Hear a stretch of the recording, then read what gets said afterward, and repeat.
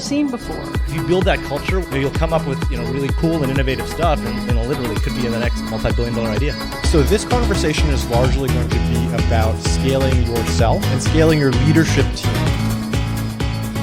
I want to talk about one of the biggest struggles that I think a lot of startups face early on, which is building initial traction.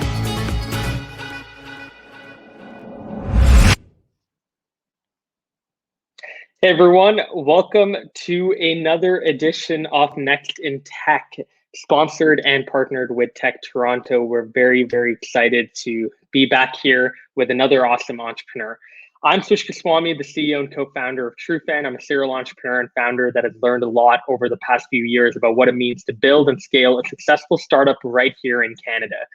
I can tell you firsthand that journey is definitely not easy, and this show is not going to shy away from all the hurdles that we face. Over the past few weeks, I've been thrilled to welcome some of Canada's most amazing entrepreneurs to the stage to share all of their highs and all of their lows on that journey. Hopefully, you'll leave these conversations feeling inspired to dig a little bit more into your own work, or maybe take away some pointers for what to avoid in terms of mistakes along the way.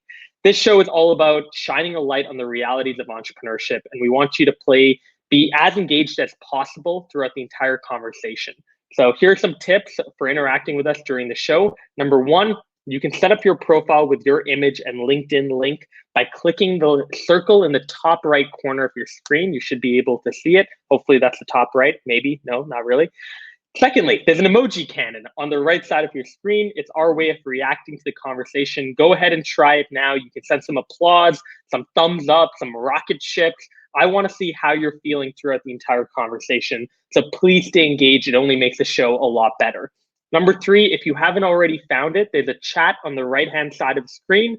Feel free to share messages there. You can even introduce yourself right now. Tell people, hi, here's what I do. We also might take some of your questions or ideas that you put into that chat and put it up onto the screen for everyone to see. Finally, any questions that you have, you can use the question mark button on the right side of the screen. We're going to try to get through as many audience questions as we can today. I feel like that's normally the best part of the show. So make sure to just throw up your questions whenever you want, and Quinn and I will do a good job of answering them. Now, today's conversation, we're all here to discuss the inevitable mental roadblock in a founder's journey. I think everyone who's an entrepreneur can attest to this. There are days where you feel super high, right? There are days where you feel like everything is going well, life is good. And then it could honestly be the very next day or a couple of hours later, you feel like you're at rock bottom. Things aren't working out well. People aren't picking up their phone, and you feel isolated. You feel anxious. You feel even potentially a bit alone. That's what we want to talk about here. We want to talk about the realities of that founder journey and how it can impact your mental health. Before we even introduce our guest, though, I want to know from you guys in the discussion bar. Would love for you to put in the chat, how stressful have you found your entrepreneurial journey so far? Very stressful, not stressful, it fluctuates. Drop that into the chat. Would love to be able to see that. While you're sharing your thoughts in the chat, I'm excited to welcome today's guest to the conversation, Quinn Underwood. Now, in full transparency, Quinn is a very good friend of mine. He was someone I met when I got into my first year of college at the University of Toronto. But since then, Quinn has gotten up to a lot of amazing things. Currently, Quinn is the co-founder and CEO of Animo, a privacy-first preventative mental health platform that uses AI to passively measure and identify early signs of stress, anxiety, or depression in real time through the analysis of language data. He previously was also the founder of a really incredible NGO, as well as being the founder of a marketing analytics startup. Quinn, welcome to the show. Hey, Swish. Thank you for having me. How are you doing? Where are you, first of all? Where are you? How are you doing? How are things going on your end? Yeah, I'm here thanks to Elon Musk and Starlink. I'm actually back in DC on the Sunshine Coast. I love it. I love it. So if Quinn's Wi-Fi lags, it's all Elon's fault. Remember that. Exactly. But apparently the Wi-Fi has been pretty good. Is Starlink a big recommendation? Big green up? Oh yeah, absolutely. Yeah, if I can work from a cabin, it's a positive. I love it. So Quinn, before we even get into the show and talking a little bit about your founder journey and specifically how your mental health has been impacted by it, I would love if you, in your own words, could share a little bit more about Animo. When did you start the company? Why did you start the company? What does it do? Yeah, absolutely. So we started, my co-founder and I, Samin Khan, started the company about a year and a half ago. We both had our own reasons for starting, but I mean, really what it came down to is we both had close friends and family members that had really struggled with their own mental health in, ways small and more severe. So for us, it was an opportunity to take kind of our background and respective expertise. For me, that was global health and more the healthcare space. For my co-founder, that was computer science and data science, and actually apply that to helping the people around us. So really, it started off as just a way to help ourselves better manage kind of some of the challenges we were going through and those around us. So that was the idea. And at its core, Animo does one thing, which is make mental health more measurable. The thesis is what you can measure, you can manage. And with mental health, it's a really kind of generally nebulous topic. It's an umbrella term for a lot of different things. And because of that, it's hard to really measure in a way that's meaningful for people. And that makes it difficult to take concrete action and measure the results of what's working and what's not. So for us, it's all about, making it measurable, picking up on early kind of signs of things like stress, anxiety, and even depression, so that you can actually get care to people who need it in a more preventative capacity. Got it. And when did you start the company? Or like when did the conception of the idea come about? So we started really working on it about a year and a half ago, but I'd say it was really like in university that we actually started kind of thinking about it and playing around with it. And partly it was because we were all going through exams and super stressful time, and we had friends and people around us who were really struggling. And then actually we were at the University of Toronto, and there was just a whole host of student suicides actually. And some of those were with people in our community. And we realized that in almost every one of those cases, it was something that a lot of people, even close friends, just didn't see coming. And based on the research and everything else out there, it is entirely preventable. It's just about being able to kind of pick up on some of those signals in a more preventative capacity. So that's what we set about to build. Got it. So let's dig a little bit deeper then into the first stages of your journey. This is our first segment, expectations versus reality. I think the reason, Quinn, that I really like you as a guest is because it's really just only been like a year and a half of building Animo, right? Kind of full time. So it's not like, you've been building this for 10 years and you can't really relate to people that have just started. What I would love is for you to kind of share, what were some of your expectations going in about the stress levels of being a founder? And then, what was the reality of it? What did you discover? Yeah, 100%. I wish I could say I had really thought about what it was going to be like, but for the most part, I think I was relying on watching The Social Network, watching, seeing the depictions that you see, and then honestly hearing from you about your experience. But I mean, a lot of it was just, it's going to be stressful, but I'd been through stressful situations, going through university and playing competitive sports and all those things. You experience stress. That's, I figured it would be, similar. Very, very much an underestimation of how things actually turned out. I mean, it's been amazing, but I don't think I've ever had physically felt stress until I having a founder. I had never had a physical symptom of feeling that actual tightness in your chest, or I thought having trouble sleeping was something for my parents to worry about. But those are the sort of things that at particularly stressful points over the last year and a half, I've experienced. And I mean, it's been wild. That's fair.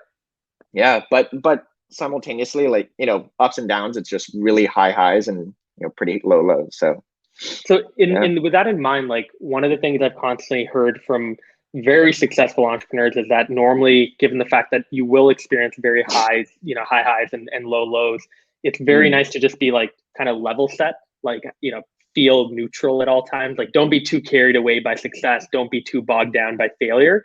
So what are the types of kind of maybe things? Do you have rituals? Do you have routine that you follow to remain level set, or not to get overwhelmed by both success and failure at the same time?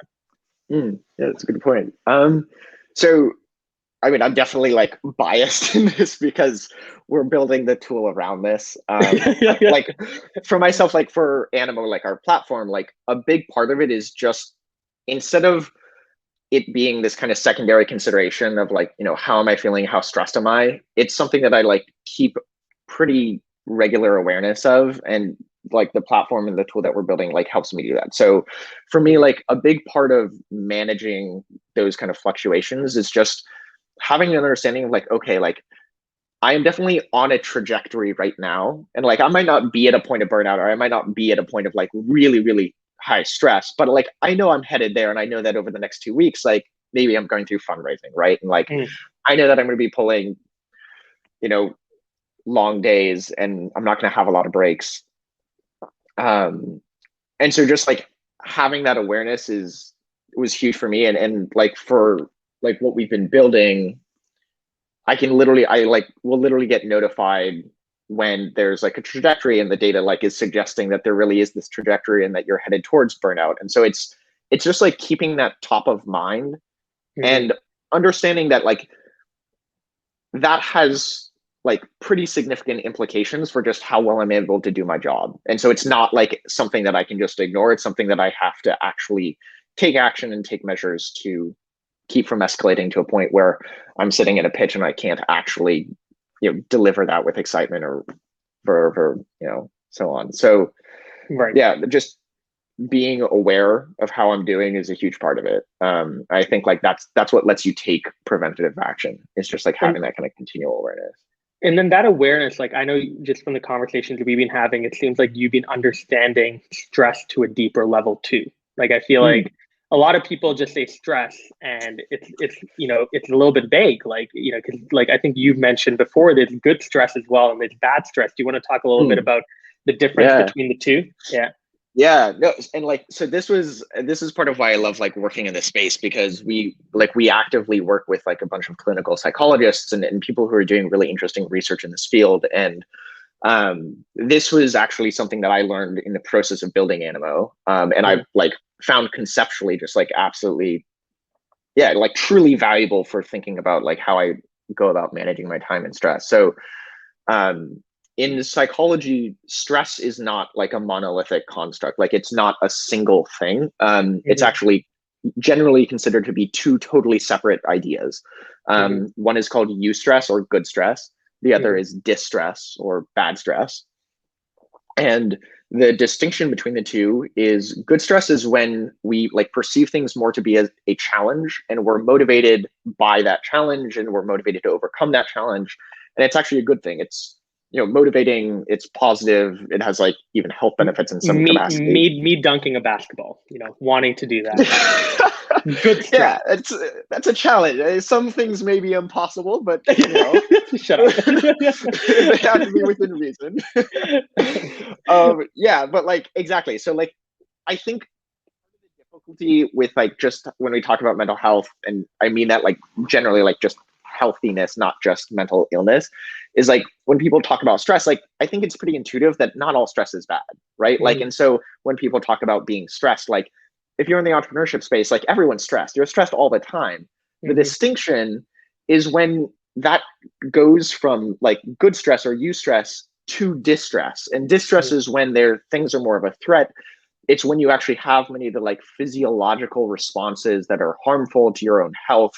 Like, and it's actually possible to measure those two things as totally independent constructs. So for like me and my tool, like I will literally like be able to track like what is good stress and bad stress look like over time.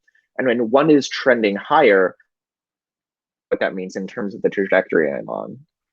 Right. And then how do you deal with that? Like how do you normally deal with deep stress? What are the types of actions you take to maybe recover? Yeah. It really depends. And like, I think this is where like, I think that, there are lots of conversations about like self-care and, things you can do to de-stress. And I think like oftentimes there's a lot of fluff in the conversation, but so again, like the benefit of like working in this space is I've been able to get really close to some of the research on this. So in psychology, there's this theory called self-determination theory. And it's basically, it's cross-culturally validated. I mean, thousands of studies. It's one of the most published papers in psychology. And it essentially breaks down well-being, like human well-being, into three like needs. And the idea is that when you have each of those needs fulfilled, you're in a place of well-being. Eudaimonia is the more technical term, but like you're in a positive state. And part of why I'm just like referencing this is because when you're stressed, like there are so many different causes for that. But with this theory, like I found it really helpful for understanding like what do I actually need in order to address the distress. So the theory goes, there are these three fundamental needs. One is autonomy, which is the need for control over your environment and the things you do. One is competence, so the need to feel challenged and able to accomplish tasks. And then the third is relatedness, so the need to feel socially supported by those around you and connected. And so for me, like I found this really practically useful because I'll think about, okay, I'm stressed, like which of these three general areas is like the distress really kind of coming from? And like that helps me just be a little bit more strategic about, okay, maybe it's not like a bath and a glass of Lagavulin, like, maybe that's not going to do it, because what I really need is like, I need to be able to like go to my friend and chat through like fundraising strategies. And like, that's like, that is it's more like tactical approach to distress. And it's based on like basically just recognizing what is the source of it.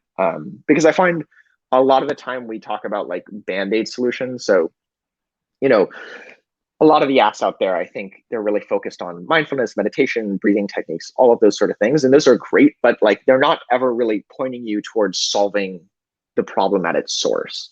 And like, if you want to manage your stress, that's generally the best way to go about it. If it's solvable within reason. So totally. Yeah. I think a lot of these apps, like you mentioned, they definitely don't solve the root problem. I do think that for many people, even just meditating though, and maybe breathing and like slowing down can really help them solve the problem in terms of like thinking about it and being a little bit more clear maybe in their mind to figure out like what to prioritize, what's important. Even think about this, like where is their problem stemming from? I would imagine that a lot of people probably during the pandemic are kind of suffering from this third aspect that you talked about, relatedness, right? Like, being able to connect with other people. It must have been a very tough time for many people to not be able to even go and meet people directly or be able to hang out with their friends that much or anything like that. Yeah, no, so to your first point quickly too, this is not to like say that like mindfulness and those things aren't good. I think like it's amazing that this is now like part of just like the toolbox that people feel willing or able or aware of and can employ regularly. And like mindfulness in particular is like incredibly like research backed. It has huge benefits. I think the problem is when we think that that's where it ends. And like, so for our tool, like we actually work pretty closely with workplaces. And part of the reason we like actively made that choice is because like, I don't think it's enough to give people tools to help them manage their stress. With like, if it is also within your power to address the source of stress. And for a lot of people that's in the workplace. And I think like, if a company gives people access to Headspace, that's amazing, but that's also a first step. And it's not a reason to say we won't address, the lack of role clarity we give our employees when that is the thing that is why they need Headspace in the first place. So that's more the point I was making, but I like 100% like I have Headspace. I like it. Yeah. After a busy day. And I think particularly in entrepreneurship, when there are just way too many things on your plate all the time, like being able to actually just like ground yourself and take a bit of a perspective shift on, what is worth worrying about. Huge. Yeah. That's why I play Call of Duty. But I mean, there's another one. That's my Headspace, that's my calm. In terms of like in terms of the next segment, like we're gonna move on to the next segment, guys. If you guys do have a question for Quinn, it could be about entrepreneurship. It could be about I think the way that you unpack de-stress and unstress is fantastic, Quinn. If there is a question around stress or even anxiety or depression, feel free to put it into the chat. We'd love to answer your questions near the end. In terms of founder first, now this is our next segment where we talk about the first moments that every founder will experience. So I have 4 rapid fire questions for you, Quinn. okay. And they're about the big moments of your journey so far. By the way, for everyone watching, feel free to comment in the chat if you'd like to just go along with these questions and answer them as well. It always makes the process very fun. So Quinn, first time you thought, quote, "What the hell am I doing?" Would love to know that. Would love to know that. Okay, this one I actually know because yeah, this was very clear. So there was a point at which I think it was actually like also our first customer or pilot. And I had talked with the founder. I was describing what we were doing, and I was describing the platform and everything that we'd hoped to do. And like basically on the spot, they're like, okay, yeah, like we'll try it, like we'll do a pilot with the team. Like let's set up time for next week. And we didn't have a platform at that point. All we had was the years of research we had done on this underlying technology, but no software platform. So I just remember going home and just like thinking like, why on earth did I have to like get so carried away with this description of what I hoped to build? And so I remember like calling with my co-founder, and we figured out what we were going to be able to build in over a weekend. And I actually ended up like spending time learning how to do like front end development. And so while he was building part of the back end, I was actually like hacking together the ugliest dashboard I've ever seen. Yeah, and I just remember like some late nights and just sitting there being like I'm non-technical. I don't know how to code. I took one course in university and just what the hell am I doing? Like it was then when Quinn discovered the real principle, the value of the principle of under promise and over deliver. Truly, a lesson I definitely learned with that. Oh man, I feel like every entrepreneur learns that like within the first year. It's like you'll talk to a customer, they'll get super excited. You'll just keep like they'll be like, "What about this though?" And you're like, "Oh yeah, 100%, we can do that. We can do that. Yeah, we can totally do that." And then you go back to the drawing board and you're like, "How do I do this?" So I love that. That's great. First time that you took a break, I'm curious about this. Like since starting Animo, had there been a time where you kind of took a break and had to take a big reset, like turn the dial entirely, or not yet? Yeah, no, 100%. I mean, there were like definitely points where you take the evening off and all of that, of course, or a weekend, and but I think like the first like major break I took actually was I was doing a talk in London, and so I was there, and I was in between the talks or the parts of the speech that we had to give. Like I was going back to the hotel room and putting together a data room for an angel investor that was interested. And like I had no idea what I was doing. I was like trying to put together a financial model, and it was like because of the time difference, I was in the UK and they were on the like West Coast. We were like having calls just in the middle of the night, and I was it was brutal. But right after that, I hopped on a train and I went to the south of France for like I think it was like $100, and I spent like a week there after I'd gotten him the data room. And it was just like perspective shifting because I was in this small town it's called Arles, and it's like an ancient Roman settlement, and like you're surrounded by buildings that have been there for like thousands of years, and it was literally just like you're sitting there, and it was just this realization that like the things that are causing me stress are so minute in the grand scheme of things, and you're surrounded by like just this incredible ancient beauty. And so that was the first break I took, and I remember coming back and being like just feeling less stressed and so much more productive as a result. And it's interesting. I actually had a call with a CEO from the UK recently, and he was just like he was lambasting me and North Americans. He said we were all batshit crazy for not taking more vacation, which I thought was really interesting. And he was like, yeah, he takes 30 days a year, and he takes every second of it because it helps him like do his job better. And I think that's, yeah, that Right. I felt that. I felt that I think in a very real way. it speaks to the culture too, though, which sadly I think, especially within the entrepreneurial scene, it seems like taking a break or even kind of admitting to the world, if not even your colleagues or if not even to yourself, that I need a reset, is still seen as like a sign of weakness for some reason. Not amongst the, I think, strongest entrepreneurs though. I think just the strongest entrepreneurs are so much of like, don't work like 18-hour days, don't sleep for 3 hours, like get good sleep, make sure you actually take care of yourself. But I do find that, like, especially on YouTube and on Instagram, this culture around just hustling 24/7 is still very much prevalent. But in terms of other firsts, then, what about kind of flipping that? Like, what about the first time that you had a breakthrough moment or a successful moment or an aha moment of like, okay, this is gonna work? What was one of the first moments there? Yeah. There were a couple. I think the first one was like really the one I just described. Like there was this like, holy shit, what the hell am I doing? But simultaneously, there was this like absolute elation that like, oh my God, like someone actually wants what we're building. Like the value prop is resonating, at least with this one person. And the what the hell am I doing came when I actually tried to like then execute on that and try to on the aha. Yeah, exactly. So like the first part of that experience was like, this is incredible, amazing. The second part was, dear God, what the hell am I doing? Right. So I was like an aha, what the hell am I doing? It was one of those like high, low, low in like a very short amount of time. So yeah, right. That was definitely one of those moments.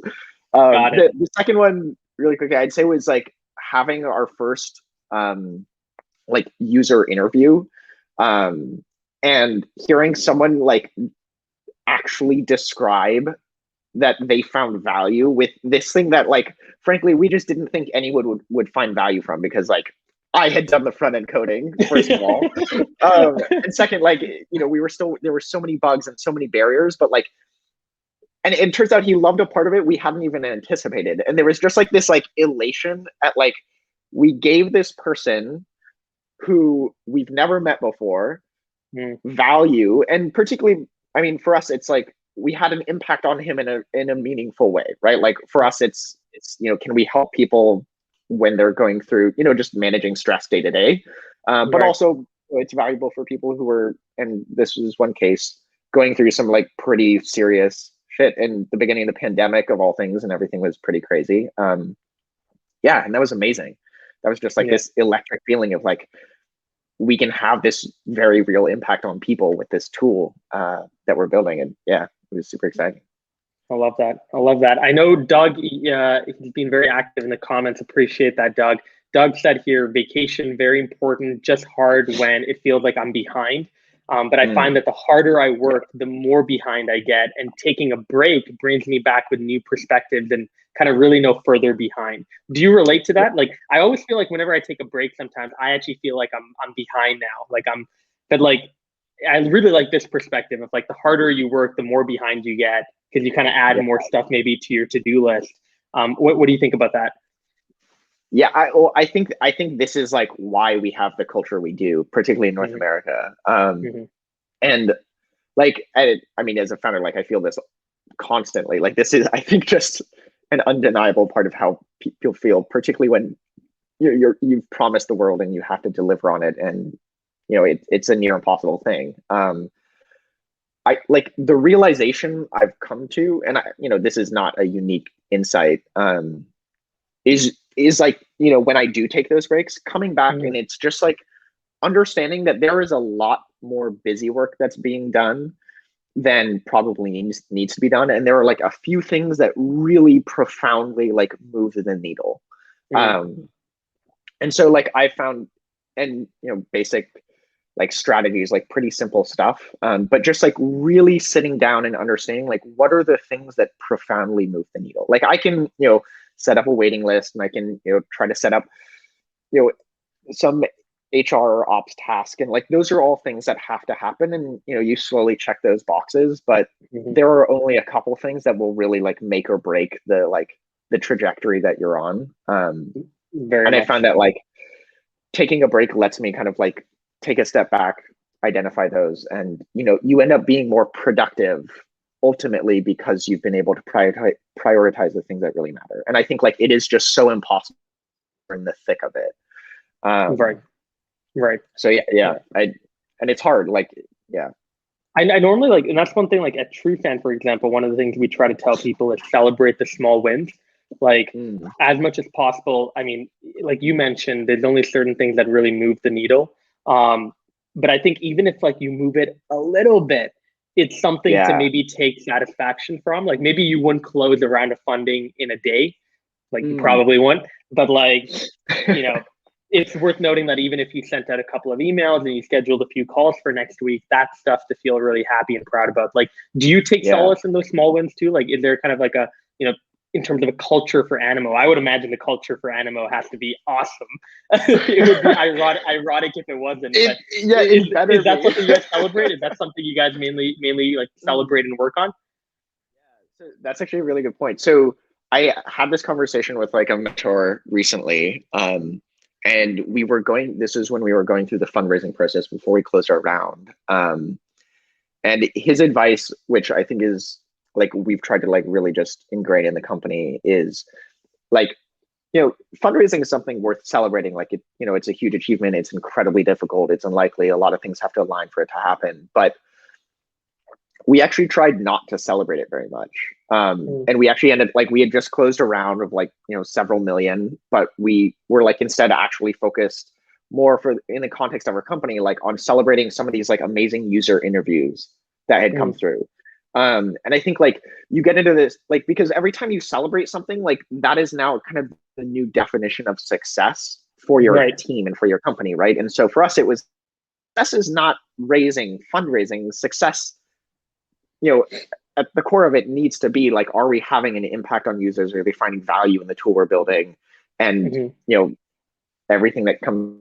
So like the mentor's advice was just, make sure you're cognizant of what you're celebrating and talking about and, giving recognition to internally. Because, whether you're aware of it or not, you're setting the definition of success. I love that.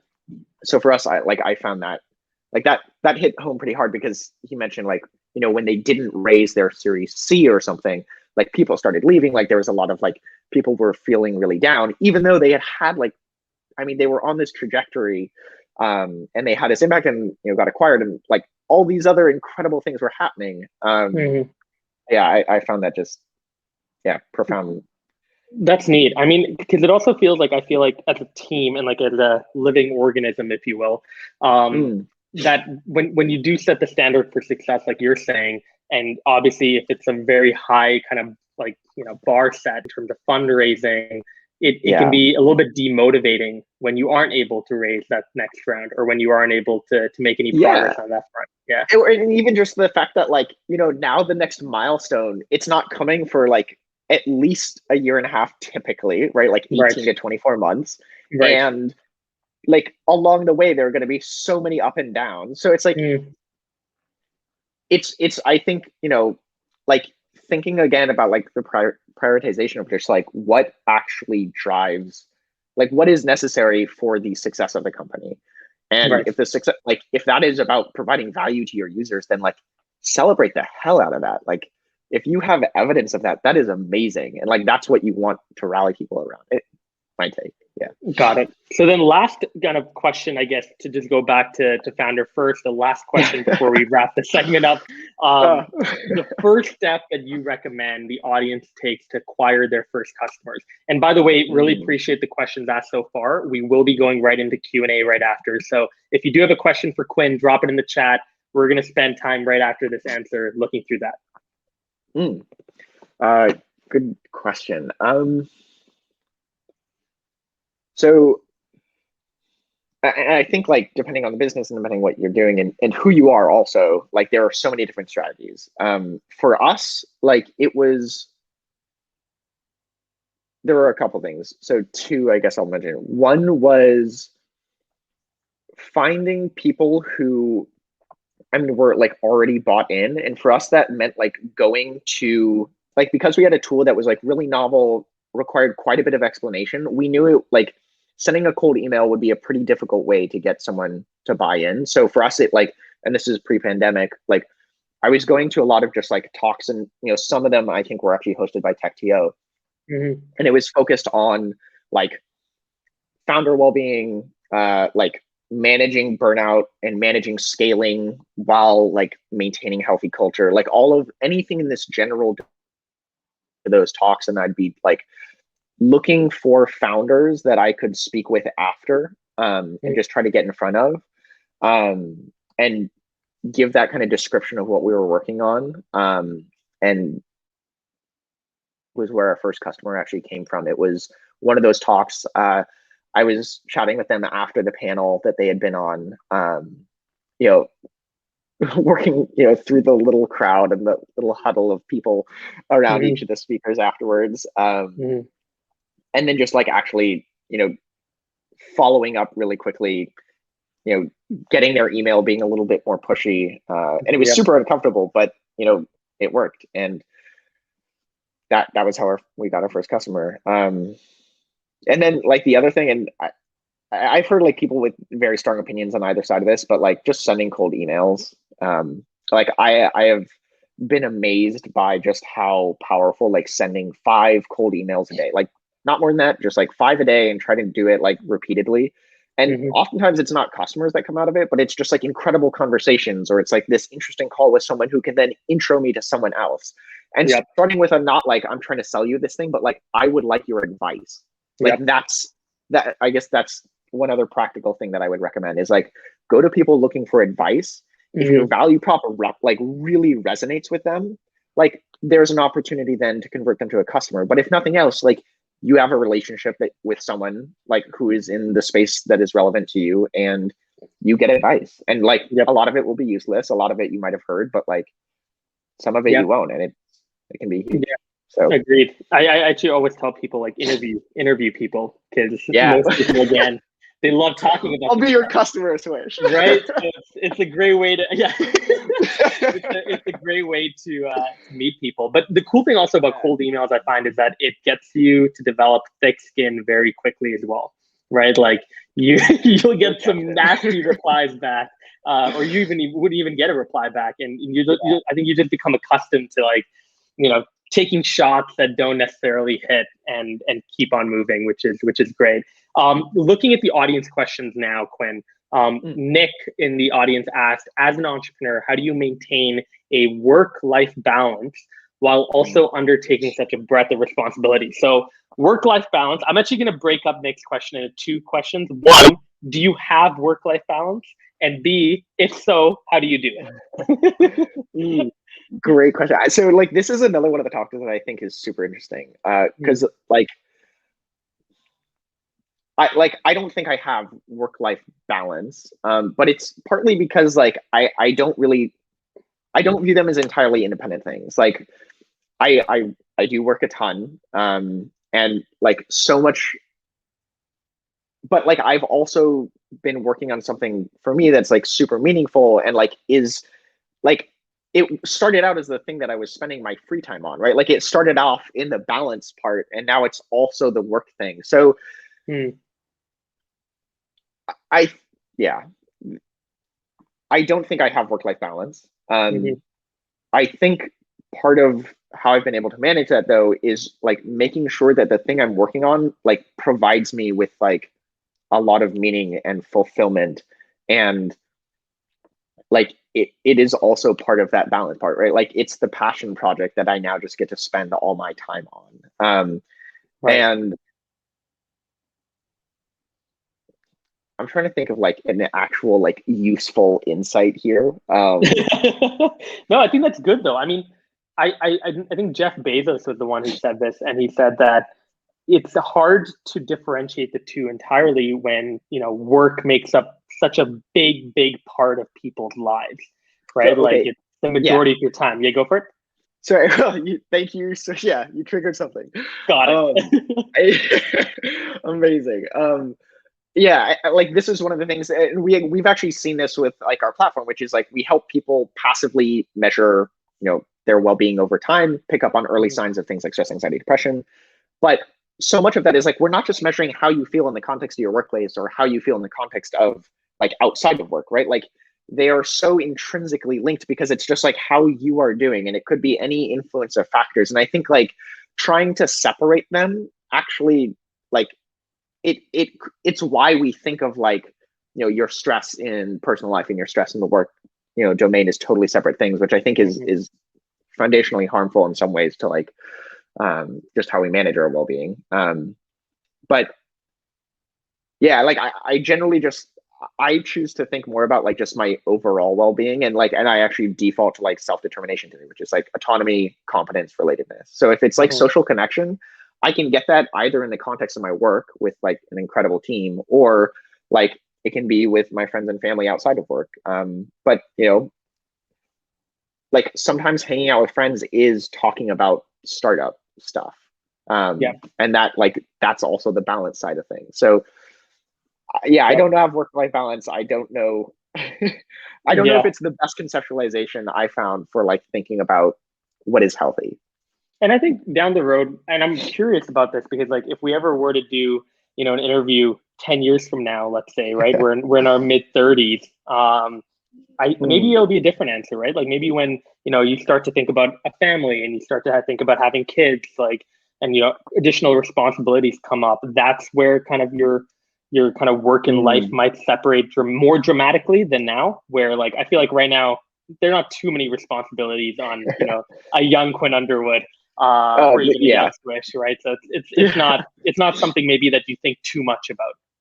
That's a great point. Yeah, like one, totally privileged not to like have a ton of other responsibilities and be able to kind of like throw myself all into this thing, and not think about like am I spending enough time supporting my child or like my partner? You have a child? No, I'm kidding. What? This is new. Oh yeah. So that's a great point. We'll have to do another one of these in a couple of years or many years. I'm excited. Daniel asked a few questions here. So I'm going to break them up for you. So just one part of the question is, how do you balance the need for rest and mental breaks and the need for crunch periods? Like, do you just do it because you're like, I have to do it? Or, how do you go about balancing maybe the need between both?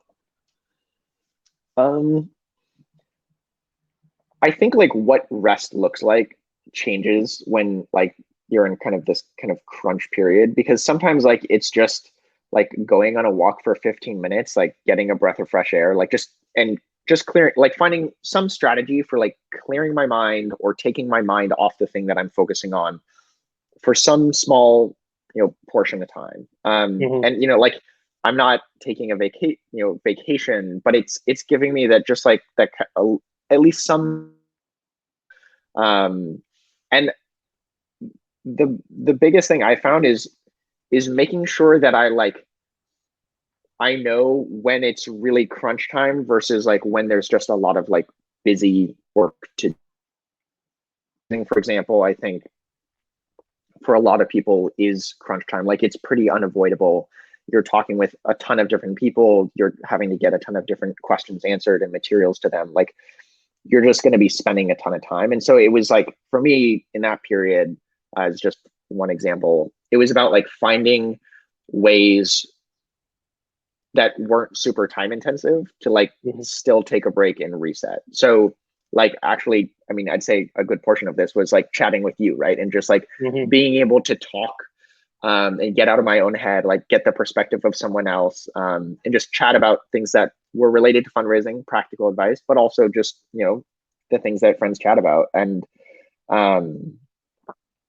like knowing that there's an endpoint, right? Like knowing that like that you have a clear goal in mind, and that like once you hit that, you're going to take a break. And just like being cognizant of like where you're at through that crunch period, and knowing that like if you burn out, like actually studies have shown this, right? Like when you hit like actual like clinical defined burnout, like that actually takes people like months to recover from, in terms of productivity, in terms of well-being, physiological, like like measurable effect. Like it takes a long time to recover from. So you're not doing anyone any good if you hit that level of crunch and you haven't, you know, taken necessary precautions, because the long-term effect is just to your detriment, and then to the detriment of your company. And that does actually speak to Daniel's second part, which was like, are you okay then with a brief period of intense work followed by rest? He said that for most of the psychological literature, this seems to be the ideal in terms of productivity. Do you agree, or do you have a different perspective in terms of dealing with crunch time? Yeah, no, and you know, like 100%. So like it's unavoidable in the context of a startup, like especially as, you know, a founder, like you're going to be working some crazy hours at some point in your journey. And you know, I think actually Shopify, like they never pulled all-nighters. Like Toby's talked a lot about this. Like they didn't kind of buy into that kind of typical startup culture. Like they didn't, you know, constantly have all-nighters, or the kind of like more romanticized startup depictions that you get out of the Valley. And so I think like part of it is like, okay, you know, what is necessary? And then part of it is like, what is the kind of expectation? Like if the expectation is we're not going to pull an all-nighter, then like you end up organizing your time in ways that prevent that from happening, right? It's just kind of what are the bounds that you're setting. And obviously there are exceptions. But I think like there is evidence of companies that have built without that kind of insane crunch as an expectation of what you're getting into. And I love this comment. You know, someone dropped in the chat. We often try and fix burnout with a long weekend or a short vacation, but we don't usually talk about its long-term effects.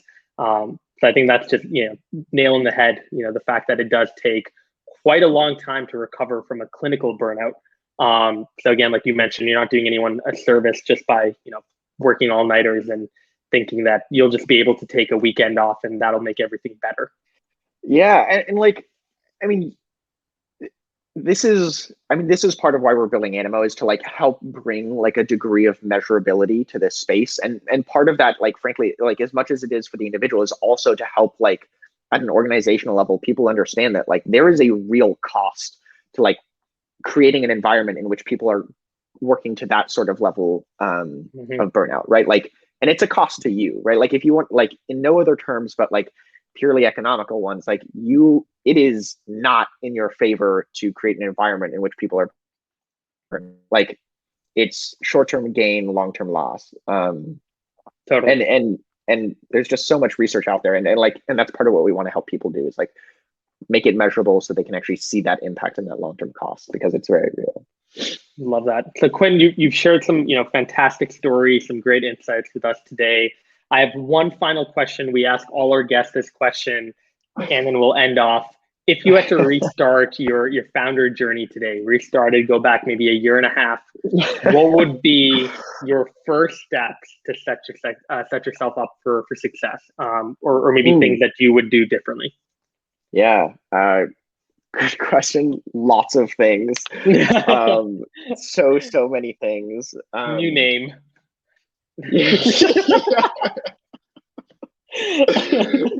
Yeah. But one of the things that I think more practically would be actually around like knowing when was the time to build. So, and then like build the, you know, the actual like code, write the code for the tool to function. And I like, and my twin is actually like, he's doing a startup, and he started probably like 6 months after I did. And so like, I was giving him this advice. I don't know if it's because I gave the advice, probably not. We don't listen to much the other person says. But like they did this really well, I think. And it was like, they started just with like the Figma, right? Like the Figma and the landing page. And they just like went into Figma, drew up different mockups, and they were just like putting that in front of people and talking, like they had something tangible that someone could look at, and they could say like, you know, do you want this, or like, do you want to sign up? And so they signed up for a waiting list, and then they're like, okay, now we have to figure out how to build the thing. but they were able to save so much time relative to what we did, where we thought we had to build it first, then put it in people's hands.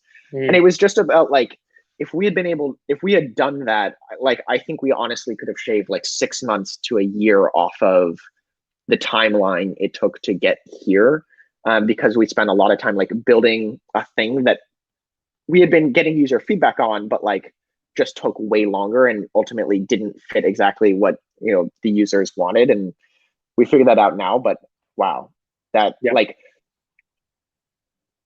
and you know, the part like this might be the same thing as fake it till you make it, but I think like there really is something to like only building when you have real indications that like what you're building is something people would find valuable. Exactly. Yep. Yeah. I love that. So appreciate you coming on, Quinn. Thanks so much for joining us on this episode of Next in Tech. Everyone can, you know, please help me give Quinn a round of virtual applause now. Send some emojis from that emoji cannon across their screens. And I really appreciate everyone joining in. I know it's late April, so go and pay your taxes if you haven't already. I know everyone's gonna jump off now, taxes. But I had a blast hosting today's conversation. I'm now gonna turn it over to Leah, and she can tell you what's going on next. Hey everyone, thanks so much, Swish, for a lovely conversation. So now we're gonna head over into networking, where you get to meet other folks in the event one-on-one. So in just a second, I'm gonna disappear and your screen will change. You'll have the option to connect with someone else in the event. Otherwise, today we have a couple more exciting events coming your way. Tonight we have pitch karaoke, where folks who have never seen their decks are gonna be pitching obscene products live for you folks for your entertainment, and they're all competing to win $5,000 with our friends over at EF. So if you want to head over and join us tonight, I will drop the link in chat.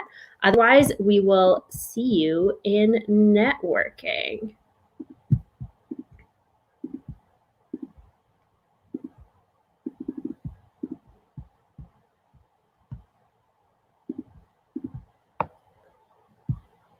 All right, Quinn, you're all good to go.